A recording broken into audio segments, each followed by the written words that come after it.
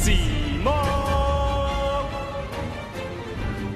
What's going on, guys? It's Cimo. So today I'm bringing to you my competitive tier list for the August 2020 format. We're at the dawn of a new format thanks to Rise of the Duelist finally getting released, and we have the 2020 Megatins actually right around the corner as well. So I'm sure once Dragoon of Red Eyes is legal, this list might shift a little bit, but I just want to give you guys the initial breakout of what's looking to be the top contenders and where everything stands in terms of the tier list. Obviously, this is just my subjective opinion, but based off of some of the past tournament results right out of the gate from the past several tournaments we had this past weekend, we've got some pretty good data to go off of to kind of show where the meta is going to be trending, at least for the next several weeks. So without further ado, let's go ahead and get right into it. So here we are over on Tier Maker. We've got our tier setup, tier 0, 1, 2, Rogue, and everything else. We're going to start with tier 0 like always, and that is, of course, Coronavirus, taking out every other strategy because until this gets beaten, we really aren't going to be having much Yu-Gi-Oh! To go around. Obviously, we have all the online tournaments and different things like that, but as long as in-person Yu-Gi-Oh! Is being crushed, then Crush Card is going to be at the top. Obviously kidding, of course, but we're just going to go ahead and go in order here. Do keep in mind that when we're looking at this, I'm favoring the tier list based off of two things, mainly representation of the strategy and also how powerful the deck is as a whole. So I'm going to be talking about that a little bit more in depth with some of these strategies. First up though is Burning Abyss. Good old Dante can't really go above the everything else tier here. The thing is, when it comes to Burning Abyss, people every once in a while try to make this deck pop up, and even though it might pop its head every once in a while, it really isn't doing much to justify going any further than that. Next up, though, is Infernoble Knight. This is a very interesting new strategy out of Rise of the Duelist, and this could really go in Tier 1, Tier 2. It's definitely having a lot of promise, but I think for the time being, I'm going to put this in the Tier 2 category. Now, I think if I had a Tier 1.5, I would definitely put Infernoble Knight there. It's definitely top of Tier 2, like bottom of Tier 1. The reason for this is because I just don't feel like it's the best combo deck. The deck is very strong, don't get me wrong. It is able to do some very unfair things like hand looping your opponent with Smoke Grenade of the Thief. It can put up a reasonable number of negations, but it does have its weaknesses as well. And so I'm not fully convinced that this deck is Tier 1 material at the moment. I think it has the potential if some of the other top decks maybe get hit on the upcoming ban list, as much of a joke as that is. But nonetheless, the deck has a ton of potential. So like I said, if there was like a Tier 1.5, I'd probably put it there. So I'm just going to put it in the resting Tier 2 position for the time being. Next up, we got Hero. Hero, again, everything else category. Hero hasn't done much in quite some time. It's definitely a far cry from where it had its moment like a few months back, like in like March, April-ish, when the format was kind of like wide open. A lot of different stuff was viable, but really just isn't making much happen at the moment. Altergeist is an interesting one. I think I'm going to put Altergeist.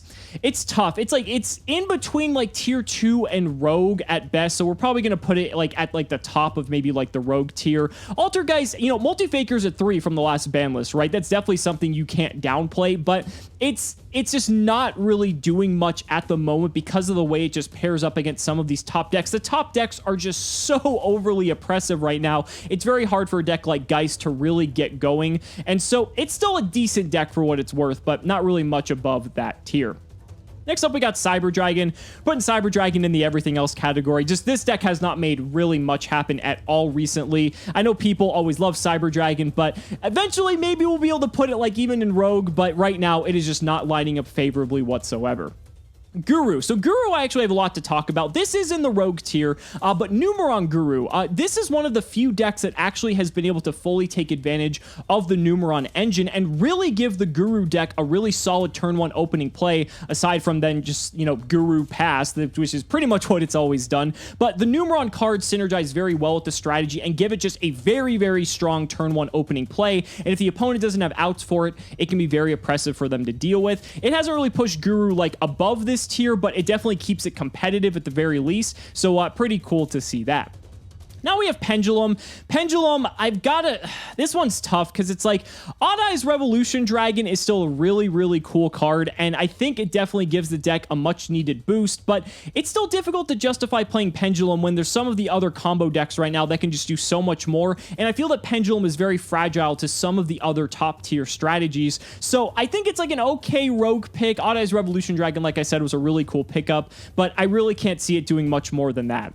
Now we have Megalith. So Megalith was the breakout deck of the past weekend, getting second place at LCS5. It got second place in MBT's Quarantine Series, and also got like first place at like this 3v3 tournament in New Zealand, funny enough, because it got Megalith full from Rise of the Duelist. So I'm actually going to put this in the Rogue tier. Now, the thing is, you might be wondering, wow, it got such good results. Why are you putting it down at Rogue? Well, again, A, representation. Not many people are on it, and B, people weren't really prepared for this deck. I think now that people are aware that Megalith exists, they're going to be having some sort of sideboard plan to be able to prepare and help counteract the strategy, because there are certain cards that can be played in the side deck to kind of like hedge against Megalith's existence, kind of similarly to how when Numeron existed, people started hedging against the Numeron decks. It's kind of the same theory with that, and so it's a very, very strong deck. This is a absurd combo deck and can do some really cool things. The Megalith cards are really neat,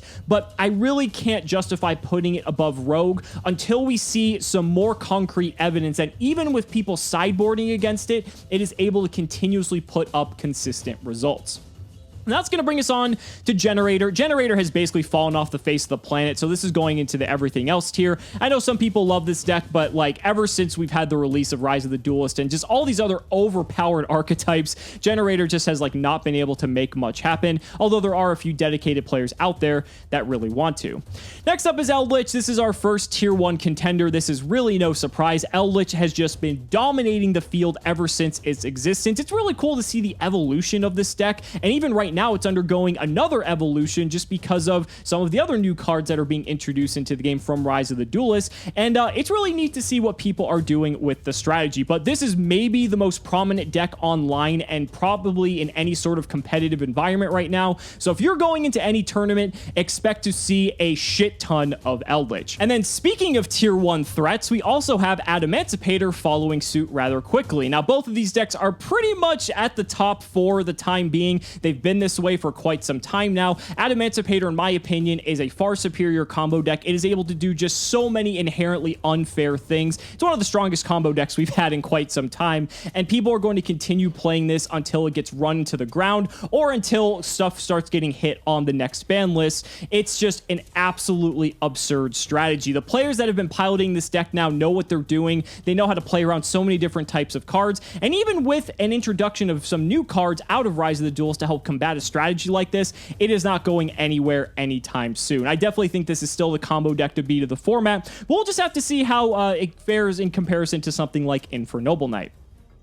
Now, next up, we have Dogmatica, and I'm actually going to put this in the tier 1 category as well. Dogmatica has a lot of flexibility and helps bring a lot of archetypes to a very, very new rise in power. So we have stuff like Dogmatica Eldritch, which arguably you could kind of, say that they would occupy one square, but I want to make them distinct because I think just even invoked Dogmatica by itself, just playing a very small Shadal engine, is still one of the most played decks at the moment. Maybe it's because the cards are new, but this deck is absolutely everywhere. It may be a bit of a control deck, so in comparison to like a huge combo deck like Enemiescipator may not seem that strong. Some of the way that these cards interact with the rest of the format is absurd, and this deck I do not think is going anywhere anytime soon. Dogmatica took up 38% of the representation of the largest online series of tournaments taking place right now, the LCS, so that just goes to show you, if that many of the top players are on a deck like this, there is definitely something to it. So that's why I've got this at tier 1. We'll see what happens. Maybe next month it falls down to tier 2 because maybe it's not as good as people think, but I definitely think this deck is worthy of the hype. Now, next up is Orcus. Orcus is an interesting one. I think for right now, this is kind of like in the everything else tier. Like, no one is playing Orcus at the moment, but with the release of Dragoon of Red Eyes not too far from now, people might want to pick Orcus back up because Orcus makes a very good shell for getting into Dragoon of Red Eyes and is a very decent deck. We've seen in the OCG how Dragoon Orcus is just so powerful and so oppressive. Obviously, their format is very different, but if there's anything that's going to knock Orcus up a tier or two on this list, it'll be Dragoon of Red Eyes. So be sure to check back next month to see if Orcus went up. Then we have Gren Maju. I'm putting Gren Maju in the everything else tier as well. It's a fun little one-shot deck. It's a nice budget option at the very least, but it's really not doing too much as of late, aside from like maybe just a couple one-offs here and there. Next up, we have Salamangreat. Now, Salamangreat's an interesting one. I don't know where I really want to put this necessarily. I'm actually kind of tempted to put this in the rogue tier, as it may seem, because while Salamangreat's been like a pretty decent like tier 2 rogue pick for the last several formats, I think it's kind of fallen definitely with the release of Rise of the Duelist and some of these other decks like Infernoble Knight, like the Dogmatica. Salamangreat definitely has some more fine-tuning to do for the moment, because I think Salamangreat gets better once the format is more defined and people know what cards they want to incorporate to supplement the Salamangreat strategy instead of kind of just blinding in with that deck. So we'll see. It's still a decent deck, but I mean, being able to play a ton of hand traps is always nice, but we'll see what happens in the later stages of the format. Then we have Water. Water is another combo deck that's just like, this deck is just, like, it's crazy to me how powerful a deck Water is, but it really just doesn't do anything. So unfortunately, it is in the everything else tier. Dragon Link. So Dragon Link actually won the LCS and actually took third place as well, considering there was only, I think, 4 or 5 of them total in the entire tournament. So that's pretty cool, but I'm going to put this at a solid tier 2. The reason for this is just because representation, right? There aren't tons of people playing Dragon Link, so while the deck is very powerful, and while it did win one of the highest tier tournaments of the online format, it doesn't have the representation in my eyes to justify putting it to tier 1, simply because you're not going to be encountering it as much as these other 3 decks. Don't get me wrong, Dragon Link is still absurdly broken and can do a lot of unfair things in terms of a combo deck, but because the numbers don't justify it, I can't really see myself putting it above for the time being. But again, if there was like a tier 1.5 category, like for the Infernoble Knight, I think Dragon Link would probably go in there as well. Next up, we have Madolche. Madolche is a solid rogue pick in my eyes. You can even argue Madolche's tier 2, really, but I think I'm going to put it at rogue. Madolche can do a lot of really cool stuff ever since the release of the new Madolche cards in the last set, the one before Rise of the Duelist, and people have been really loving the new cards. It also got some reprinted cards recently in Battles of Legend Armageddon, making it a little bit more affordable, but Madolche is a very scary deck if you do not know what you're doing. Again, representation isn't there too much, and the results haven't really justified putting it much higher than this, but very, very scary and sleeper option for sure. Sky Striker is another one. This is going in the rogue tier. Sky Striker has been kind of similarly to a deck like, say, like Numeron Guru or Salamangreat. It's been doing things here and there, and it actually is still a fairly strong deck, but just relative to some of these other decks here, doesn't have the representation or really the credibility to justify putting it much higher than this, but you're going to be seeing Sky Striker more than like these other decks that are down here. Then we've got Dinosaur. I'm putting Dinosaur at tier 2, actually. Some people are messing around with a Dinosaur Dogmatica deck, which is a very, very cool idea in my eyes. And Dinosaur is just one of those decks that has just been able to pound through so many different top-tier strategies because of the way cards like Ultimate Conductor Tyranno and True King of All Calamities really can just put a damper on so many different types of decks that, again, it's just a absurdly broken deck. People love Dinosaur, and it has a fairly decent representation at the moment. People are loving experimenting with it, and so I'm going to leave it at the tier 2 slot for now.